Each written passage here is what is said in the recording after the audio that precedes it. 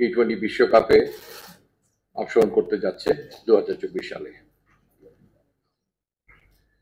মোহাম্মদ নাজমুল হোসেন শান্ত দলনায়ক, Taskin Ahmed vice captain, Liton Kumar Das, Soumya সরকার,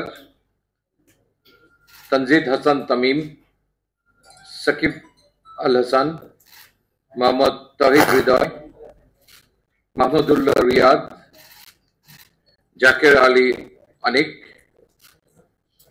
মোহাম্মদ তানভীর ইসলাম, শেখ মাহদি হাসান, মোহাম্মদ রিশাদ হুসেন, মোহাম্মদ মুস্তাফিজুর রহমান, মোহাম্মদ শরীফুল ইসলাম এবং তনজিম হাসান সাকিব। এই দলটির সঙ্গে ট্রাভেলিং রিজার্ভ হিসেবে দুজন খেলোয়াড় যাচ্ছেন, তারা হচ্ছেন হাসান মাহমুদ এবং আফিফ হোসেন ধ্রুব।